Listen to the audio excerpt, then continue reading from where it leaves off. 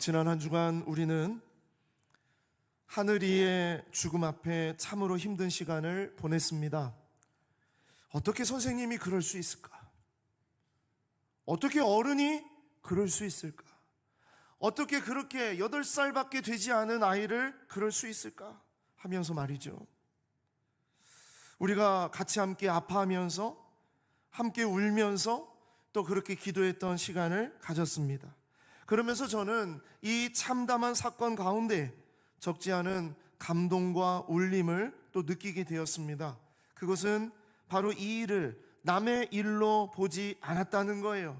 내 자식의 일처럼 그 한 아이를 바라보면서 같이 아파하고 같이 울었던 시간을 가졌다는 겁니다.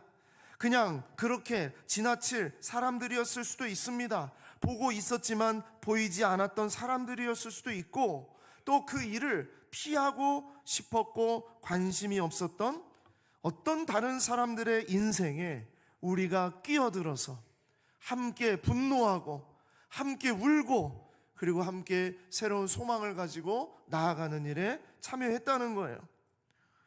2월에 우리 영광교회가 함께 읽는 책이 있습니다. 카일 아이들먼의 한 번에 한 사람이라는 책이에요. 이 책은 이렇게 말합니다. 최근 인터넷에서 역사상 가장 영향력 있는 사람들이라는 키워드로 검색을 해봤더니 마침 타임지에서 순위를 매긴 목록이 있었다. 그 1위는 누구였을까? 바로 예수님이다. 전혀 놀라운 일이 아니다. 심지어 예수님을 구주로 받아들이지 않는 사람들도 그분이 인류 역사 전체에 영향을 미치며 세상을 크게 바꾸어 놓았다는 사실만큼은 부인하지 않는다. 인류 역사 전체가 그리스도의 탄생 이전 BC와 이후 AD로 나뉜다는 사실을 인정하지 않고서는 오늘 날짜를 적을 수 없기 때문이다. 그러면서 카일 아이들먼은 왜 이 책을 쓰게 되었는가를 이렇게 설명합니다. 그분은 가난한 집안에서 태어나 삶의 대부분을 목수일을 하면서 보내셨다. 작은 고향 마을과 그 인근에서만 머무셨고 큰 물로 나가보신 적도 없었다. 대학에 다니신 적도 공직에 선출되신 적도 없었다. 이력서에 자랑스럽게 기입할 만한 사회적 직함을 가지신 적도 없었다. 예수님에게는 수만 명의 페이스북 친구나 인스타그램 팔로워도 없었다. 예수님은 인기 틱토커도 아니셨다. 유튜브 채널조차 없었다. 그렇다면 예수님은 어떻게 이 세상에서 그토록 큰 영향력을 발휘하셨을까? 바로 한 번에 한 사람, one at a time이다. 나는 예수님이 우리도 이 방법으로 세상을 바꿔 나가기를 바라신다고 믿는다. 교육자들과 함께 이 책을 나누면서 엄청나게 깨지고요, 앞으로도 깨질 것을 확신하면서 책을 읽어가고 있습니다. 그리고 저도 감히 여러분들에게 말씀드리고 싶어요. 깨져야 합니다. 우리의 철옹성과 같은 자기 중심적인 생각들이 깨져야 됩니다. 스케일의 논리와 교세의 비교와 그리고 그 교회가 얼마나 자랑할 만한 것이 있는가, 그걸 가지고 교회를 판단하는 것에서 깨져야 됩니다. 성공 중심의 사역에 빠진 한국 교회의 모습 가운데 예수님의 모습을 회복할 수 있도록 깨져야 돼요. 계속 예수님처럼 우리도 한 사람에게 관심을 갖고 우리가 함께 뛰어들고 그렇게 나아가는 정말 그런 삶이 있기를 소망하면서 말입니다. 오늘부터 우리 부활주일, 이제 봄에 있는 부활주일까지 우리는 이 누가복음을 통해서 주님과 동행하는 특별한 봄을 맞이하게 될 것입니다. 특별히 우리가 주목할 것은요, 이제 이 누가복음에 담겨져 있는 말씀들 가운데에서 한 사람에 대한 하나님의 마음을 붙잡기를 원하는 거예요. 하늘이와 같은, 정말 전에는 몰랐고 그런 상황들은 전혀 나하고 아무런 상관이 없었던 것 같지만 그 한 사람을 향한 마음으로 함께 움직여가는 그런 마음들, 하나님의 놀라운 역사는 한 사람을 통해서 시작하셨다는 거예요. 우리 주님이 한 사람에게 전심으로 다가가신 것처럼 우리가 놓쳐서는 안 될 그 특별한 능력과 감동을 주시는 것은 바로 한 사람이었다. 우리가 계속 올해에 부르짖잖아요. 내가 주께로, 한 영혼을 주께로. 이것이 그냥 구호가 아니에요. 하나님의 일하심은 거대한 무리와 어떤 팬덤으로 하나님이 우리를 움직여 가시는 것이 아니라 예수님처럼 한 사람을 통해서 일하신다. 오늘 우리가 먼저 나눌 누가복음에 담겨져 있는 한 사람이 있습니다. 그 한 사람이 누구냐? 바로 예수님이에요. 예수님이라는 한 사람을 오늘 우리가 함께 만나기를 원해요. 예수님의 어린 시절, 다른 어디에서도 볼 수 없는 예수님의 유년기의 시절은 누가복음 2장에만 담겨져 있습니다. 사복음서 어디에도 예수님의 이 청소년 시절의 이야기를 담아놓은 곳이 없어요.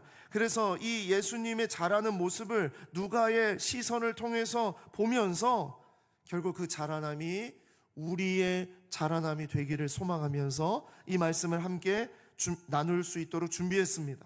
여러분, 우리는 정말 잘 자라나고 있습니까? 우리의 영적인 성장은 지금도 계속 일어나고 있는가요? 아니면 오래전부터 거미줄이 쳐져 있는 것처럼 멈춰 있는 것은 아닙니까? 이 정도 되지 않았는가 하고서 거기에서 멈추는, 10년 전에 멈추는, 20년 전에 멈추는, 혹시 그러한 멈춰 있는 상태가 아닌가요? 사실은요, 지금도 우리는 계속 자라나야 됩니다. 제가 늘 말씀드리잖아요. 주님이 우리를 부르시는 그 순간까지, 우리가 믿음 세대가 되어서까지 여러분, 우리는 계속 자라나야 된다. 그래서 우리는 제일 먼저 예수님 한 사람, 예수님은 한 사람이었어요. 예수님 자신이 한 사람이었어요. 완전한 사람이었어요. 이 예수님이라는 한 사람을 바라보면서 내가 주께로 그렇게 자라나기를, 내가 주님처럼 그렇게 나아가기를, 자라나기를 원합니다. 주님의 자라남처럼 내가 자라나게 해달라는 것, 그것이 오늘 이 이야기를 풀어갈 이제 시작점이라고 말씀드리고 싶습니다. 예수님처럼 자라난다는 것은 우리에게 어떤 삶을 말씀하시는 것일까? 첫 번째로 예수님의 자라남은요, 전수하는 자라남이었어요. 전수한다. 예수님의 신앙은 전수를 받으면서, 신앙의 전수를 받으면서 자라났습니다. 누가복음 2장 41절 42절입니다. 그의 부모가 해마다 6월절이 되면 예루살렘으로 가더니 예수께서 12살 되었을 때에 그들이 이 절기의 관례를 따라 올라갔다라고 말씀하고 있습니다. 유대인들은 성인이 되면 3대 명절을 꼭 지켰다. 예루살렘에서 3대 명절을 꼭 지키려고 했다라는 거예요. 3대 명절이 6월절, 77절, 초막절입니다. 그런데 이 세 절기 가운데에서 가장 큰 절기, 만약에 3번 중에 예루살렘으로 갈 수 없다면 이 하나는 꼭 가야 된다는 그 절기가 어느 절기였냐면 바로 6월절이었어요. 그래서 6월절은 어찌했든지 그냥 가족들을 다 데리고, 자식들, 어린 애들까지 다 데리고 예루살렘으로 가는 절기로 삼았다는 거예요. 부모가 되면 신앙의 훈련을 절기를 지킴으로 말미암아, 6월절을 지킴으로 말미암아, 예루살렘 성전으로 감으로 말미암아 우리의 하나님이 누구시며 우리가 하나님 앞에 어떻게 살아야 될 것이며, 그리고 이 신앙을 우리가 어떻게 전수하며 살아가야 될 것인지를 가르쳤다는 거예요. 게다가 유대인들에게 있어서 성인으로 취급을 받고 율법의 준수의 의무를 이제 성인처럼 져야 되는 그 나이가 몇 살이었냐면 13살이었습니다. 유대인들은 13살이 되면 성인처럼 율법을 지킬 수 있도록 가르쳤어요. 그렇기 때문에 예수님이 지금 몇 살이에요? 12살. 12살 되었을 때 예수님의 부모는 성인이 되기 전 예수님이 반드시 6월절에 예루살렘에 갈 수 있도록 데리고 가야만 됐다는 거예요. 가르쳐야 됐기 때문에. 여러분, 여기에는 예수님이 자라는 데 있어서 너무나 중요한 요소가 하나 나옵니다. 그게 뭐냐? 예수는 부모의 신앙으로 자라났다는 것입니다. 부모의 신앙으로 자라났어요. 그냥 무슨 어떤 신화처럼 아래서 갑자기 팍 태어나가지고 내가 이 나라의 왕이다 막 이러지 않았어요. 아니면 갑자기 성인으로 어느 날 하늘에서 뚝 떨어져가지고 그렇게 만들어지지 않았다고요. 예수님은 저절로 자라나지 않았습니다. 예수님은 엄마의 뱃속에서 10달 동안 잉태되어서 갓난아기로 태어났고 추위와 배고픔과 아픔과 고통을 느끼면서 부모의 가르침과 어른들의 보호와 이런 가운데에 조금씩 성장하고 자라났다는 거예요. 누가복음 2장 5절에서 7절입니다. 그 약혼한 마리아와 함께 호적하러 올라가니 마리아가 이미 잉태하였더라. 성령으로 마리아가 잉태를 했어요.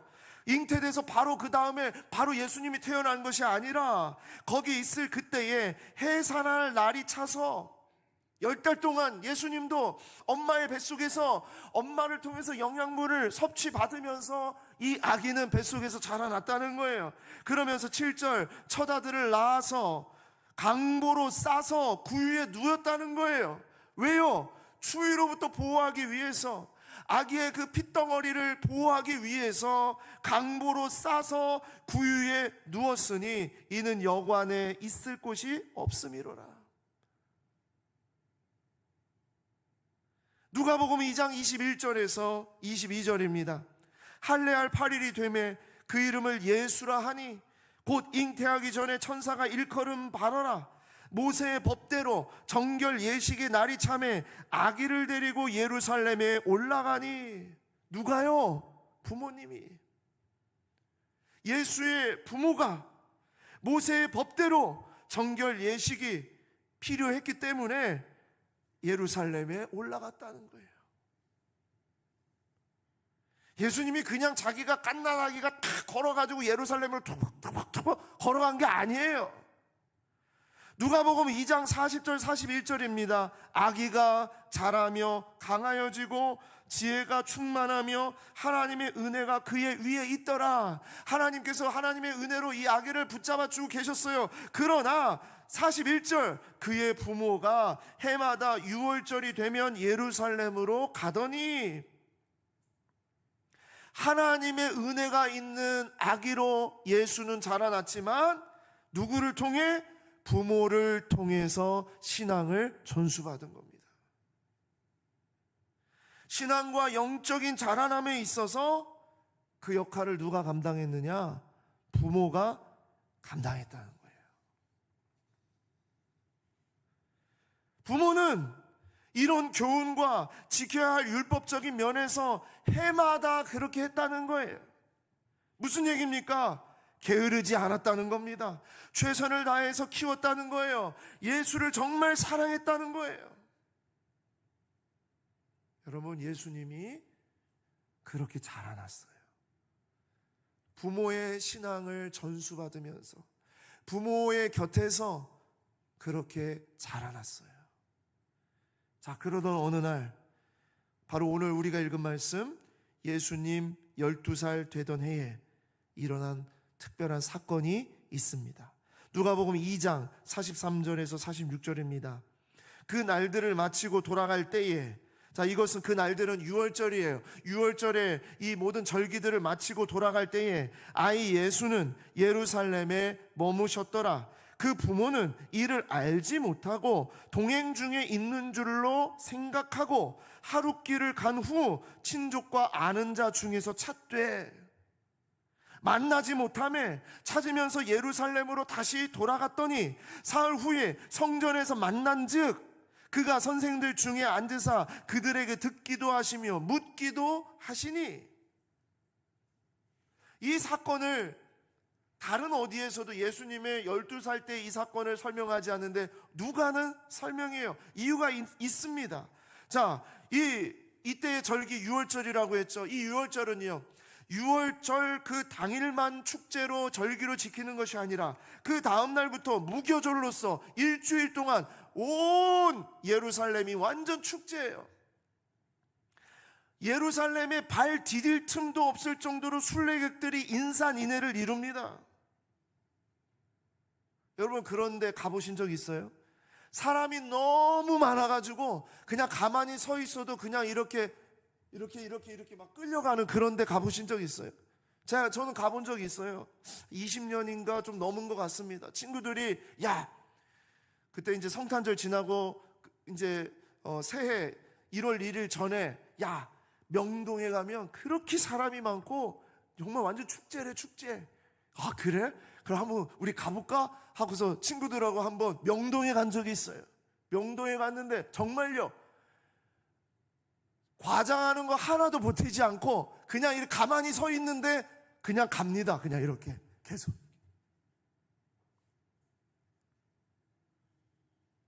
그래서 이태원에서 그런 큰 사고가 난 것 아니겠어요? 그냥 가요. 예루살렘에 이런 이 6월절이 되면 사람들이 얼마나 많은지 옆에 붙잡고 있지 않으면 떨어져요. 그러면 길을 잃어버리는 거죠.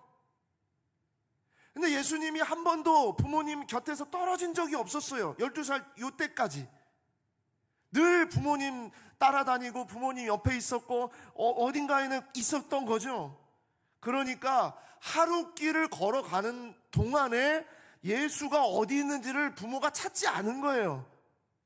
그동안 이런 일이 없었으니까.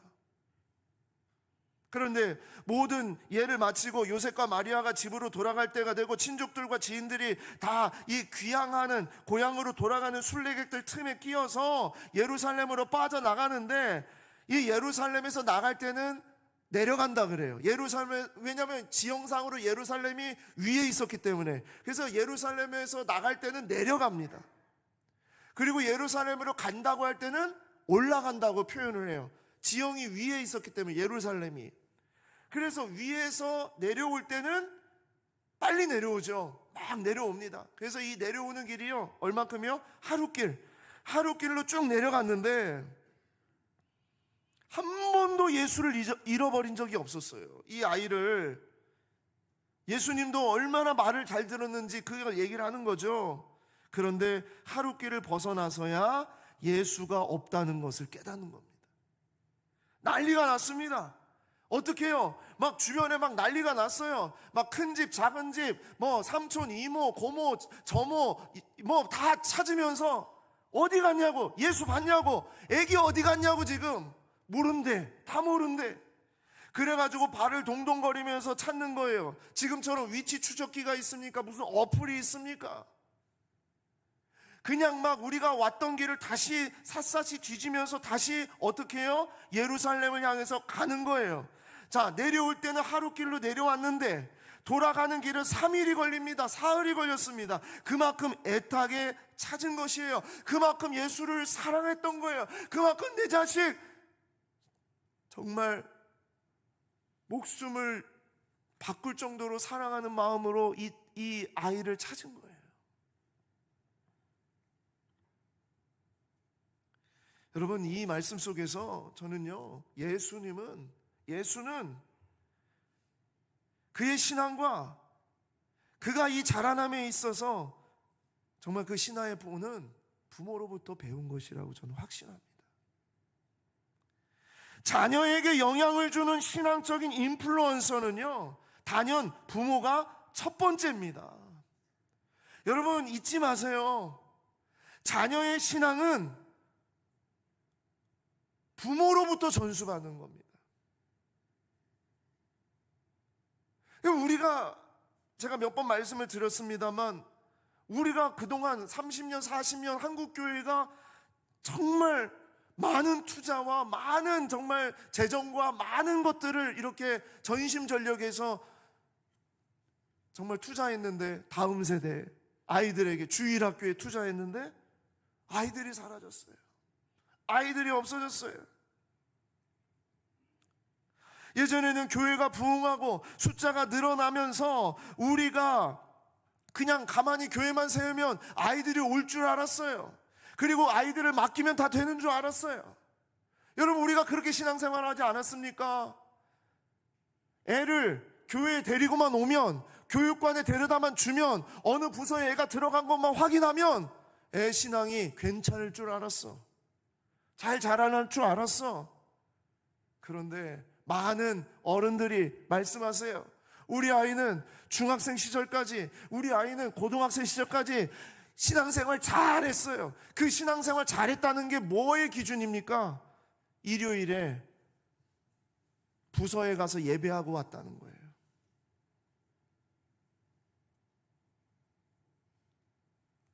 주일학교 가서 잘 가르치고 주일학교에서 잘 배우면 그것이 아이의 신앙의 전부가 될 것이라는 마음을 가지고 있었어요.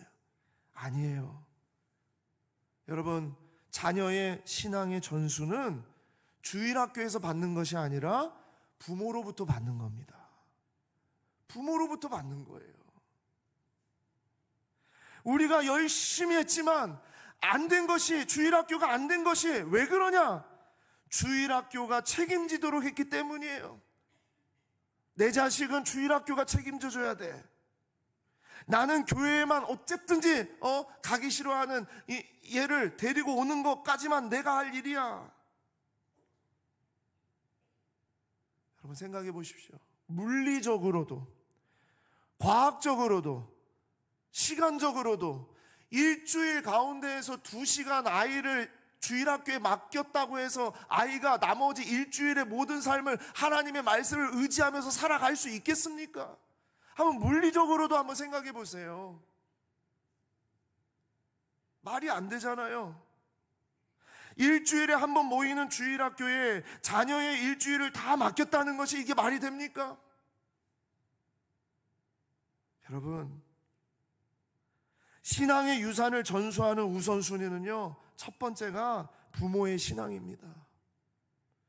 그리고 두 번째가 믿음의 선배들의 신앙이에요. 교회 어른들의 신앙이에요.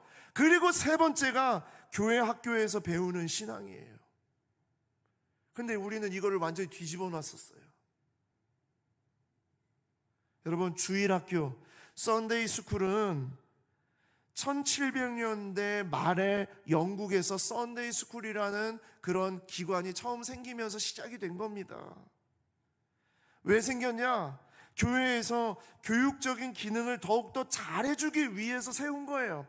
그러니까 초대교회 때부터 썬데이 스쿨이 없었어요. 초대교회 때부터 지금 시절까지 모든 신앙의 교육은 가정과 부모로부터 배우도록 한 것이 성경의 말씀입니다.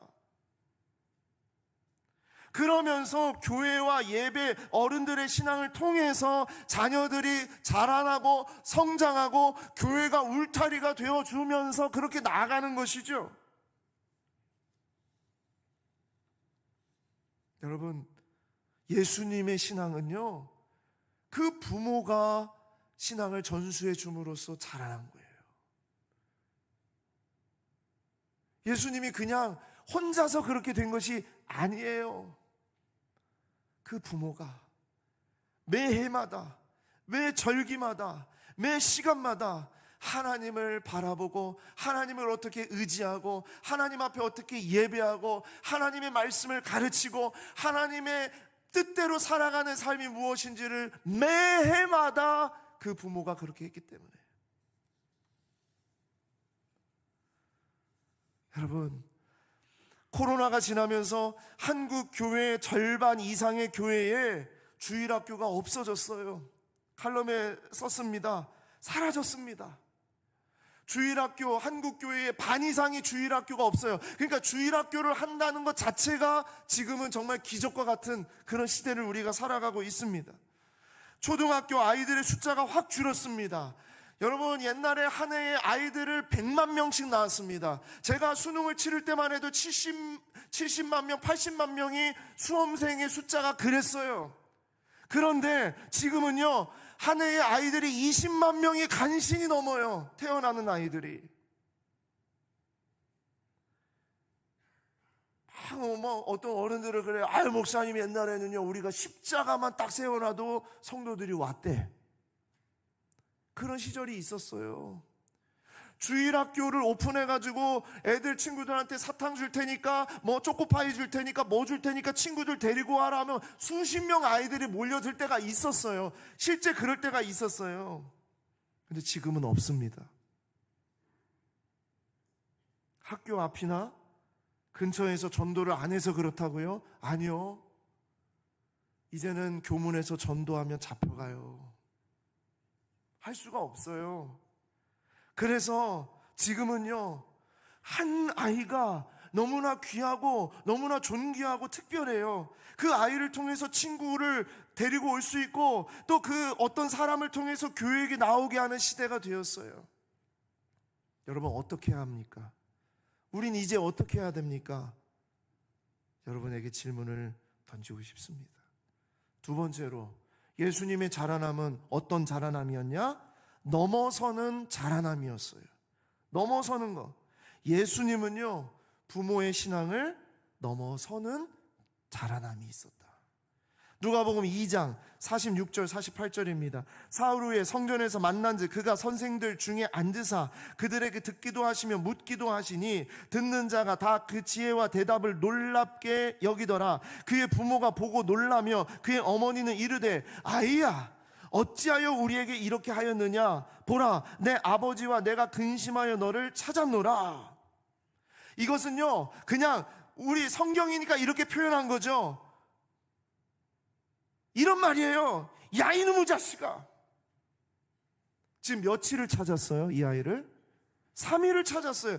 여러분 자녀를 3일 동안 연락이 안 되고 어디 갔는지 모르고 여러분들이 막 경찰서 찾아다니면서 찾는다고 생각해 보세요. 그리고서 그 아이가 어디에서 딱 있었어. 그럼 여러분 어떡하겠어요? 안심할 뿐만 아니라 달려가서 엉덩이를 빡 때리면서 그러겠죠. 야 이놈의 자식아, 너 엄마 옆에 꼭 붙어 있으라고 했지. 말도 안 듣고 너 정말 이럴 거야. 아유 정말 내가 정말 어떻게 너를 낳았는지 모르겠어. 제가 그렇게 많이 혼나서 그렇게 표현했는지 모르겠지만 얼마나 화가 나는 일입니까? 그렇죠? 되게 성경은 완곡하게 표현한 거예요. 아이야 어찌하여 우리에게 이렇게 하였느냐? 보라 내 아버지와 내가 근심하여 너를 찾았노라. 여기 보면 내 아버지와 내가 라고 말하고 있어요. 여러분 이건 뭐냐면 소유를 말하는 거예요. 내 아버지, 너의 아버지, 그리고 너는 지금 내 거야. 너는 내 자식이야. 너는 내가 책임져야 돼. 이런 얘기예요. 그렇죠? 그럴 때 예수님이 뭐라고 말합니까? 불효자 같은 소리를 하는 거야. 불효자. 누가복음 2장 49절 예수께서 이르시되 어찌하여 나를 찾으셨나이까? 이게 말입니까 이게? 예? 이게 말이 되냐고요? 내가 내 아버지 집에 있어야 될 줄을 알지 못하셨나이까? 3일간 찾아 헤맨 부모님에게 할 소리입니까 이게? 죄송해요. 그게 먼저 나와야죠. 엄마 미안해, 잘못했어, 이게 나와야죠. 어찌하여 나를 찾으셨나이까? 이게 3일 동안 헤맨 엄마 아빠 앞에서 할 얘기냐고요 이게.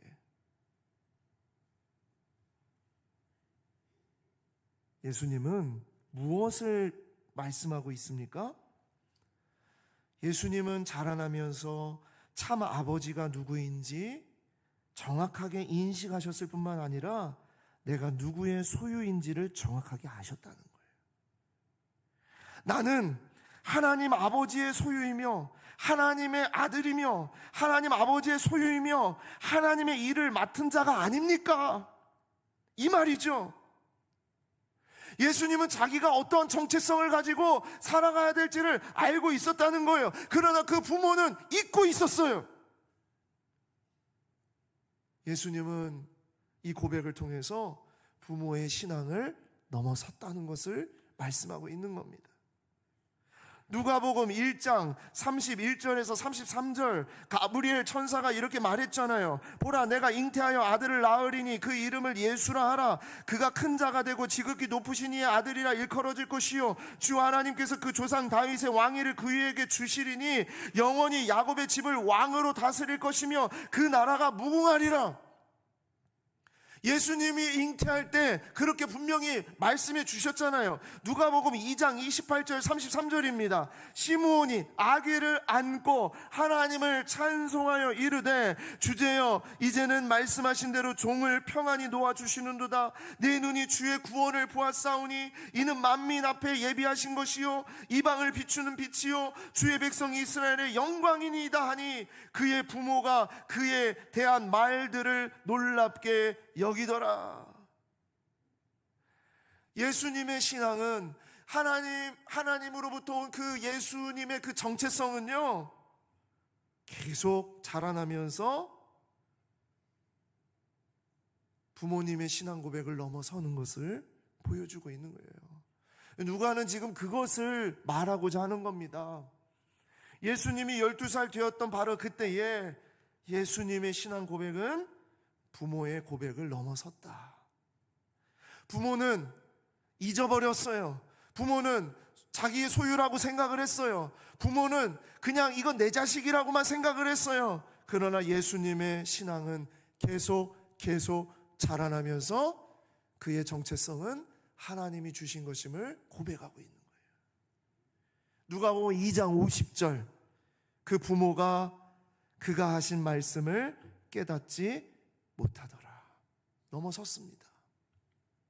사랑하는 여러분, 자녀를 위해서 기도하실 때 반드시 기도하십시오. 하나님, 내 자식이 나의 신앙을 넘어서게 하여 주시옵소서. 나의 신앙 고백을 넘어서게 하여 주시옵소서. 여러분, 정말 그렇게 기도하시기를 바랍니다. 요즘에 우리 교회에 아주 기이한 현상이 작년 이제 가을 때부터 우리 교회에 아주 기이한 현상이 하나 벌어지고 있는데, 그게 뭐냐? 주중 예배 시간에, 수요 예배나 금요 기도회 시간에 우리 아이들이 점점 늘어나고 있어요. 그건 여러분이 와보시면 알아요. 정말 깜짝 놀랍니다.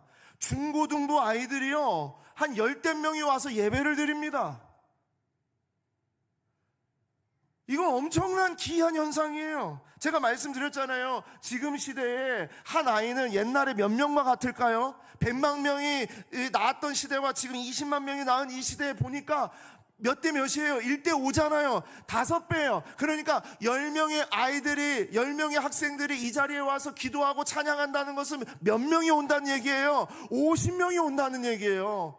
생각해 보세요. 50명의 아이들이, 청소년들이 이 자리에 와서 기도하고 예배하고 갑니다. 그게 시간이 또 짧습니까? 아니요. 우리 영상이 나왔잖아요. 가래떡같이 긴 떡같이 길어가지고 찬양하고 기도하고 말씀 듣고 찬양하고 기도하고 하는데 1시간 반에서 2시간, 금요기도회 때는 막 2시간 정도 막 그 시간을 그렇게 기도합니다. 그런데요, 애들이 예배 전에 와서 앉아서 찬양하고 기도하고, 그리고 집에도 안 가. 빨리 가라고 했는데 안 가. 성도들 다 간 다음에 저 로비에서 모여가지고 선생님, 우리 너무 좋아요. 목사님, 너무 재미없어요. 막 이러면서 막 그런다고요, 애들이. 이건 아주 기이한 현상이에요. 더 기이한 현상 알려드릴까요? 이 오는 아이들 중에 저 밑에 오산에서, 중고등학생이 오산에서 와요. 파주 가까운 일산에서 와요. 이건 정말 우리에게 엄청나게 부끄러운 일이에요. 우리 어른들에게 엄청나게 부끄러움을 주는 거예요. 이 아이들이 그냥 와요. 와서 9시 반 정도 되면 갑자기 하나가 팍 일어나요. 나가요. 왜냐면 집이 머니까 버스 타고 가야 되니까 가는 거예요. 또 어떤 아이는 학원 끝나고 9시 반 되면 학원 끝나고 조복하고 여기 와서 앉아 있어요. 여러분, 그 아이들은 다 보석들이에요. 보석들. 진짜 그런지 아닌지는 여러분이 와서 보세요, 직접. 너무 감동적이지 않습니까? 누가 이 아이들의 마음에 불을 지펴주신 것일까요? 어떤 분들이 그럴 수 있어요. 목사님, 일시적일 거예요. 그럴 수 있어요. 일시적일 수 있어요. 근데 여러분, 그거 아세요?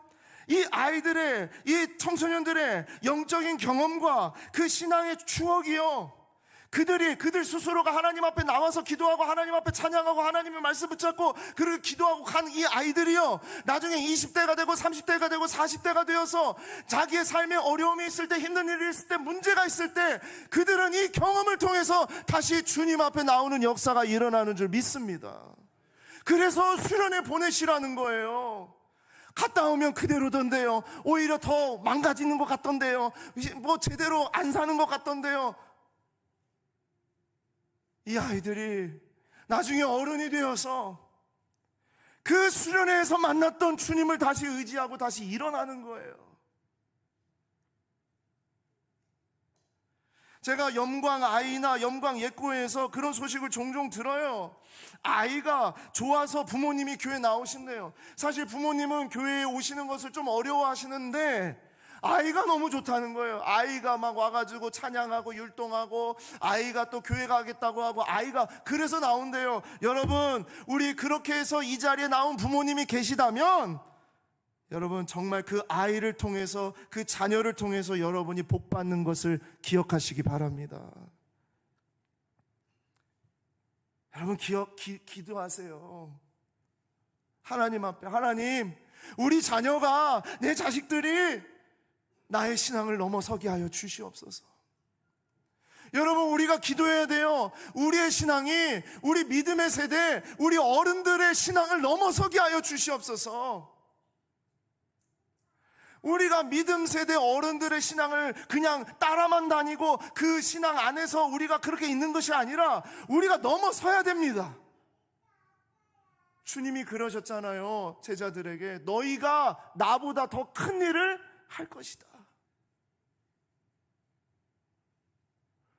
막 교회 뛰어다니고, 막 아이들이 막 움직이고, 예배당 안에서 막 이렇게 있고, 주변에 아이가 있다면, 여러분, 너는 우리 교회 보석이다. 너는 나의 신앙을 뛰어넘어라. 그러면서 지갑에서 10,000원짜리 하나씩 딱 쥐어서 그냥 탁탁 주시면서 애들한테 맛있는 거 사 먹어라. 그럴 수 있는 그런 자라남이 있기를 소망합니다. 여러분, 우리는 우리 부모의 신앙을 넘어서는 자라남이 있습니까? 여러분 어떻습니까? 여러분은 여러분의 부모님의 신앙을 넘어서고 있습니까? 신앙의 고백을 넘어서고 있습니까?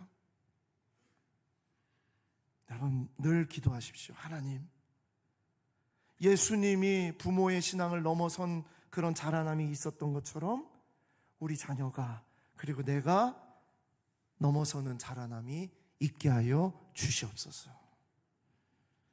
그렇게 되려면 어떻게 해야 될까요? 두 번째, 어떻게 해야 될까요? 말씀드렸어요. 그 마지막 세 번째, 예수님은 어떻게 자라나셨는가? 온전히 자라나셨습니다. 온전히. 신앙의 전수를 받고, 어른들로부터, 부모님들로부터, 이 선배로부터 신앙의 전수를 받고, 그리고 우리 신앙의 그 고백이 그 어른들을 넘어서게 되면 어떻게 합니까? 그럼 어떻게 돼야 되겠어요? 배울 게 없잖아요. 생각해 보세요. 배울 게 없잖아요. 이제 넘어섰잖아요. 그러면 독립하고 더 이상 배울 것이 없다고 여기면서 떠나야 되지 않겠습니까? 이제 부모의 신앙은 내가 더 이상 본받을 것이 없다라고 생각하고 모시지 않고 이제 떠나고, 나는 왕이니까, 예수님이 나는 왕이니까 나는 궁궐에 가서, 아니면 왕과 결로서, 또 아니면 성전에 있는 제사장이나 종교 지도자들 다 박살내고, 그러면서 성전을 완전히 그냥 내가 딱 차지하는, 여러분, 그렇게 해야 되는 것일까요? 예수님은 단 1도 그렇게 하지 않으셨어요. 누가복음 2장 51절입니다. 예수께서 함께 내려가사 나사렛에 이르러 순종하여 받드시더라. 그 어머니는 이 모든 말을 마음에 두니라. 예수는 지혜와 키가 자라가며 하나님과 사람에게 더욱 사랑스러워 가시더라. 여러분, 이 말씀이 분명하게 말하고 있는 두 가지 사실이 있습니다. 그게 뭐냐? 예수님은요, 부모님과 함께 내려가서 부모님을 순종하여 받드셨다는 거예요. 이게 예수님의 자라남이었어요. 예수님이 지금이 12살인데 지금으로부터 예수님이 몇 세까지 부모님 곁에서 자라나셨을까요? 한번 추측을 해보십시오. 12살입니다. 몇 세까지 예수님이 부모님과 함께 곁에서 수종 들고 자라나셨을까요? 몇 세? 몇 년? 18년이죠. 그렇죠? 예수님께서 30세에 공생애를 시작하셨으니까 30세가 되기 전까지 예수님은 12살 때 이때부터 18년 동안 예수님은 그의 삶에서, 그가 있는 고향에서, 그곳에서 그는 그렇게 살았단 얘기예요. 부모님 곁에서 목수의 일을 배우고 사랑이 가득한 아들로 계속 자라나고 성숙해 갔다는 얘기입니다. 다른 어디의 말씀에도 예수님의 이 시절이 없어요. 18년 동안 예수님이 뭘 했는지를 몰라요. 그러나 누가복음을 통해서 우리가 알 수 있는 것은 예수님은 계속 부모님과 함께 곁에서 순종하면서 성장하면서 자라났다. 그리고 또 한 가지 확실한 것이 무엇이냐? 예수님이 자라나실 때 지혜와 키가 자라가면서 하나님과 사람에게 더욱 사랑스러워 가셨다는 이 말을 통해서 알 수 있는 것은 하나님에게만 자라난 것이 아니라 사람들 사이에서도 자라나셨다라는 거예요. 무슨 얘기냐? 모든 부분에서 온전하고 완전한 조화로운 성장을 하셨다는 것을 말하고 있는 것입니다. 예수님은 신체만 자라난 게 아니에요. 정신적인 지식만 자라난 게 아니에요. 사회적인 관계도 자라났고 영적으로도 자라나면서 사람들로부터 사랑을 받는 사람으로 성장하셨다는 얘기입니다. 사랑하는 성도 여러분, 우리가 신앙생활을 할 때, 내가 예수를 믿고 성장한다고 할 때 어느 한 영역만 기형적으로 자라나는 것은 제대로 자라나는 게 아니에요. 봉사는 잘하는데 입이 거칠어. 그런 사람이 있어요. 봉사는 열심히 하는데 입이 거칠어. 사람들에게 계속 상처를 줘. 그건 온전한 자라남이 아니에요. 또 입은 늘 따뜻하고 사랑스러운 말을 하는데 희생하고 어려운 자리에 함께 하자고 할 때는 일체 가지 않아. 그건 온전히 자라나는 게 아니에요. 말은 기똥차게 자라는데 곁을 주지 않는 것도 제대로 자라나는 게 아니에요. 지식은 뛰어나고 공부는 많이 했는데 성질이 더러워. 제대로 자라는 거 아니에요. 제가 그런 목사님들을 좀 몇 분들을 만나본 적이 있어요. 수천 명, 만 명이 넘는 그런 큰 교회의 담임 목사님들을 강사를 의전하면서 제가 그분들과 이야기를 나누면서 가끔씩 깜짝깜짝 놀랄 때가 있어요. 설교를 너무나 잘해. 큰 교회에서 그렇게 사역을 해.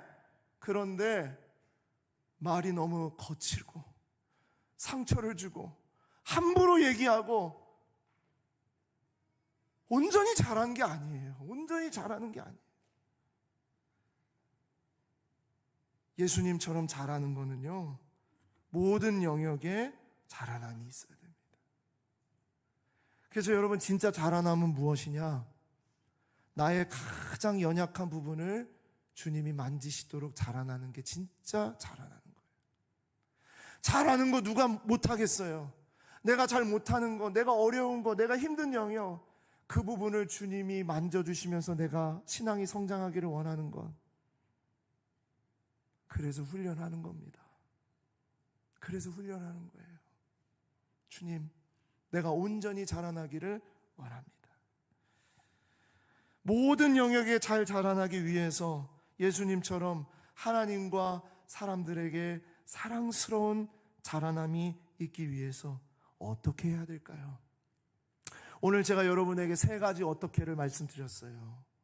어떻게 해야 될까? 오늘은 제가 이렇게 하십시오라고 설교를 하지 않기로 마음을 먹었어요. 고민하자는 거예요. 나는 어떻게 자라나야 될 것인가? 예수님은 이렇게 자라나셨는데 나는 어떻게 해야 될 것인가? 여러분, 이것이 숙제입니다.